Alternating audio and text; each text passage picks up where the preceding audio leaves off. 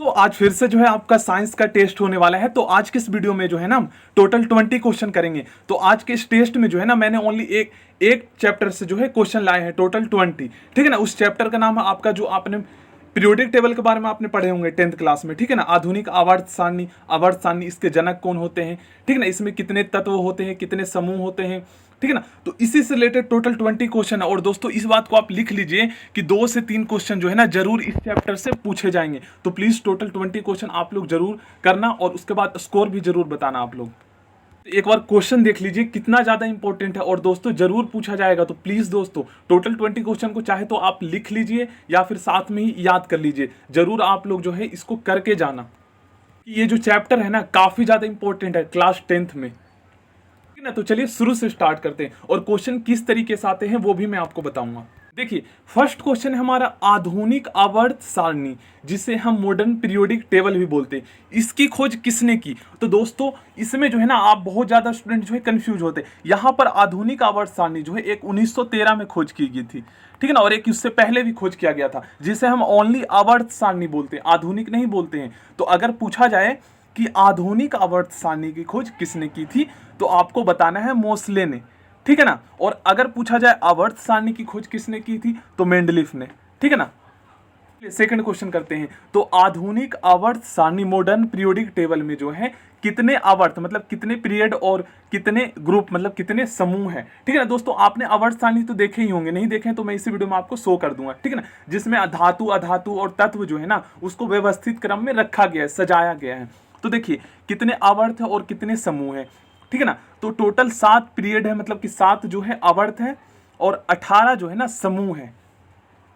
Question भी हमारा right answer हो जाएगा, 7 आवर्त और 18 समूह। दोस्तों ये जो क्वेश्चन है ना कई बार पूछा गया है कॉम्पिटेटिव एग्जाम में, ठीक है ना। तो इसको जरूर आप लोग याद कर लीजिएगा साथ ही में, ठीक है ना। अब तक कुल कितने तत्वों की खोज हुई है? तो इसका राइट आंसर होगा 118। चलिए नेक्स्ट क्वेश्चन करते हैं। दोस्तों क्वेश्चन नंबर 4 का आंसर बताइए। आवर्त सारणी के जो हमारे पीरियोडिक टेबल के सबसे कम प्रतिक्रियाशील तत्व कौन से हैं, ठीक है ना। तो इसका राइट आंसर होगा हमारा ऑप्शन डी, नोबल गैस, जिसे हम उत्कृष्ट गैस के नाम से भी जानते हैं। क्वेश्चन नंबर 5, वे पदार्थ जो जलकर ऊष्मा प्रदान करते हैं कहलाते हैं कोयला, ऑप्शन बी ज्वालक, ऑप्शन सी ऊष्मादायक, ऑप्शन डी ईंधन। तो दोस्तों देखिए ये सभी जो पार्ट, ये सभी जो चीजें हैं ना, ऑप्शन ए में हमारा कोयला है, ज्वालक है, ऊष्मादायक है, तो ये जो तीनों हैं वो इसके अंतर्गत आता है, ईंधन का ही एक भाग है, ठीक है ना, या ईंधन का ही एक रूप है ये तीनों। तो इसका राइट आंसर होगा हमारा ऑप्शन डी। तो आपको कंफ्यूज नहीं होना है, कुछ स्टूडेंट कोयला भी लगा सकते हैं ऑप्शन, कुछ स्टूडेंट ऑप्शन बी ज्वालक भी लगा सकते हैं। तो इस चीज को ध्यान में रखना है, ठीक है ना। हमारा राइट ऑप्शन होगा ऑप्शन डी, ईंधन। क्वेश्चन नंबर 6 करते हैं।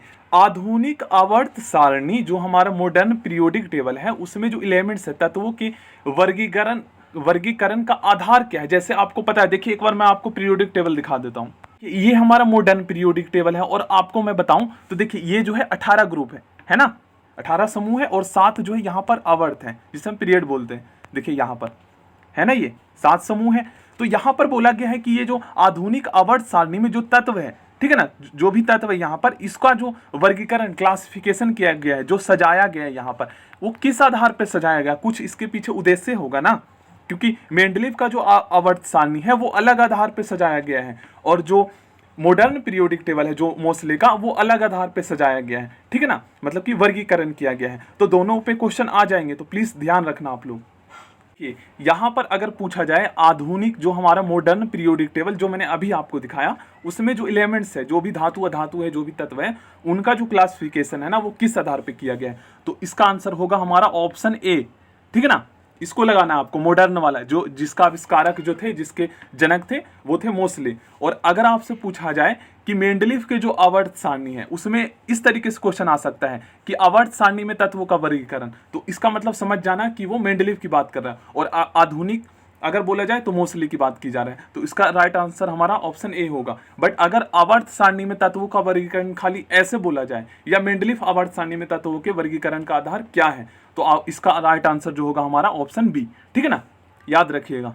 इसका आंसर आप लोगों को कमेंट बॉक्स में बताना है, ठीक है ना। इस तरीके से क्वेश्चन पूछा जा सकता है। या फिर आवर्त सारणी में तत्वों के वर्गीकरण का आधार क्या था, ये पूछा जा सकता है। तो उसका आंसर जो होगा हमारा ऑप्शन बी ही होगा, मेंडलीफ ही होगा। अगर आधुनिक बोला जाए तब आपको समझ जाना है कि वो मोस्टली की बात कर रहा है, तो ऑप्शन ए वाला हमारा सही होगा। ठीक है ना, इसका तो आंसर आपको पता है, तो आपको कमेंट बॉक्स में बताना है। क्वेश्चन नंबर 8, आधुनिक आवर्त सारणी में तत्वों का व्यवस्थित किया गया, मतलब कि तत्वों को किस रूप में व्यवस्थित किया गया है, तो इसका राइट आंसर होगा हमारा ऑप्शन डी।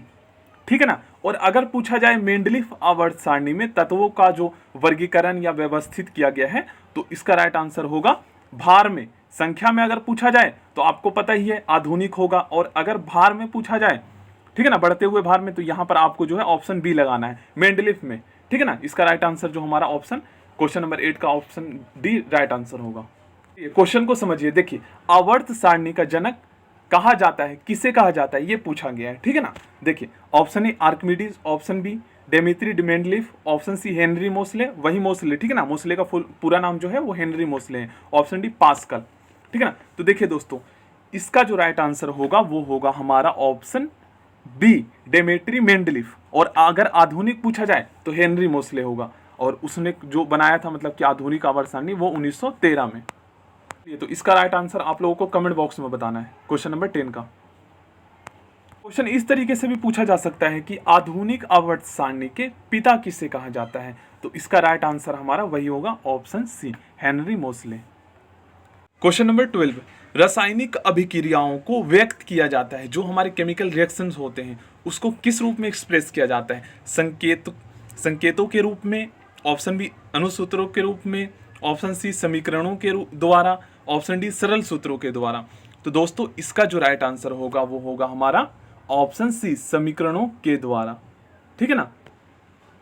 क्वेश्चन नंबर 13, दोस्तों इसका आंसर आप लोगों को कमेंट बॉक्स में बताना, क्योंकि अभी मैंने आपको मॉडर्न पीरियोडिक टेबल शो किया था, जिसमें मैंने 18 ग्रुप में आपको दिखाए थे, और उसके बाद कितने आवर थे, पीरियड्स कितने थे, वो आपको कमेंट बॉक्स में बताना है। क्वेश्चन नंबर 14, क्वेश्चन नंबर 14 का आंसर जो है, इसका राइट आंसर मैं जल्दी से आपको बता देता हूं। देखिए इसको, क्वेश्चन को आप लोग पढ़ लीजिएगा। इसका राइट आंसर जो होगा हमारा वो होगा ऑप्शन सी, हेनरी मोसले। ठीक है ना, यहां पे संख्या की बात की गई है, और अगर द्रव्यमान की बात की जाती दोस्तों, ठीक है ना, तो उसका राइट आंसर हमारा होता मेंडलीफ। क्वेश्चन नंबर 15 है हमारा, शून्य समूह में रखे गए तत्व किस नाम से जाने जाते हैं। तो दोस्तों शून्य समूह में रखे गए तत्व जो है वो निष्क्रिय तत्व के नाम से जाने जाते हैं। क्वेश्चन नंबर 16, सबसे भारी धातु, सबसे भारी धातु कौन सी है जो अभी तक मतलब कि खोजा गया है। ठीक है ना, चाहे वो हमारा आधुनिक आवर्त सारणी हो, ठीक है ना, उसमें तो सबसे भारी धातु जो अभी तक खोजा गया है वो है हमारा ओस्मियम। ठीक है ना।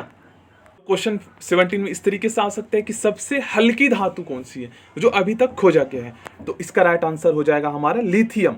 लिथियम जो है वो अभी तक की सबसे हल्की धातु है। धातु याद रखना दोस्तों, धातु और तत्व में अंतर होता है। ठीक है ना, मैंने पिछली वीडियो में आपको बताया था, तो प्लीज दोस्तों अभी तक जो है ना हमारे 420 हो गए, तो आज को मतलब कि क्वेश्चन को जोड़कर जो है 20 क्वेश्चन हमारे हो जाए, तो 400 हमने पहले कर चुके हैं और आज के 20 हो गए, तो टोटल 420 हो गए। तो इससे पहले वाले देख लीजिएगा आप लोग। क्वेश्चन नंबर 18 है, सबसे हल्का तत्व कौन सा है जो अभी तक खोजा गया है। ठीक है ना दोस्तों, तो इसका राइट आंसर जो हो जाएगा हमारा ऑप्शन ए, हाइड्रोजन। ठीक है ना, धातु, तत्व, यौगिक, मिश्रण, इन सभी में अंतर है, जो कि मैंने पिछली वीडियो में आपको बता दिया, तो प्लेलिस्ट में जाकर देख लीजिएगा। क्वेश्चन नंबर 19, पृथ्वी पर सबसे अधिक मात्रा में पाए जाने वाला धातु कौन सा है। ऑप्शन ए लोहा, option B aluminium, option C calcium, option D sodium.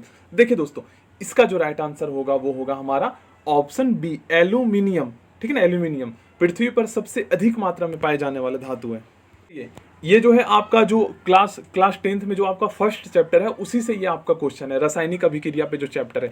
किसी अभिक्रिया में भाग लेने वाले पदार्थ को हम क्या कहते हैं, यही पूछा गया है। ठीक है ना, तो इसका राइट आंसर दोस्तों होगा हमारा ऑप्शन सी, अभिकारक, जिसे हम रिएक्टेंट भी बोलते हैं। ठीक है ना, और अभिकारक जो होता है ये हमारा अभिकारक हो गया, और एक होता है उत्पाद, तो उसे हम प्रोडक्ट के नाम से जानते हैं। ठीक है ना, तो इसका राइट हमारा आंसर हो जाएगा अभिकारक। तो दोस्तों आप लोग जो है प्लेलिस्ट में सभी वीडियो को जरूर देख लीजिएगा, क्योंकि अभी तक जो है ना सभी चैप्टर से जो है मोस्ट इंपॉर्टेंट वाले मैंने क्वेश्चन करवाए हैं, जो पेपर में पूछे जाते हैं। ऐसा नहीं है कि ओनली जो 10th क्लास के जो क्वेश्चन होते हैं वो डीएलएड में ही पूछे जाते हैं एंट्रेंस एग्जाम, नहीं, बीएड में भी पूछे जाते हैं, और अदर कॉम्पिटेटिव एग्जाम होते हैं उनमें भी पूछे जाते हैं। तो उसी के जो क्वेश्चन ज्यादातर आए हैं पेपर में पहले, अब कौन से पेपर में आए हैं, वो बीएड के entrance exam, competitive entrance exam, उनके क्वेश्चन जो है मैंने करवाए हैं, क्योंकि वो एक हिसाब से जो है ना मोस्ट इंपॉर्टेंट वाले क्वेश्चन होते हैं जो पेपर में आते हैं और रिपीट होते हैं। So thank you friends, next video मिलते हैं। चैनल को सब्सक्राइब करके बेल आइकन को प्रेस कर लीजिएगा, और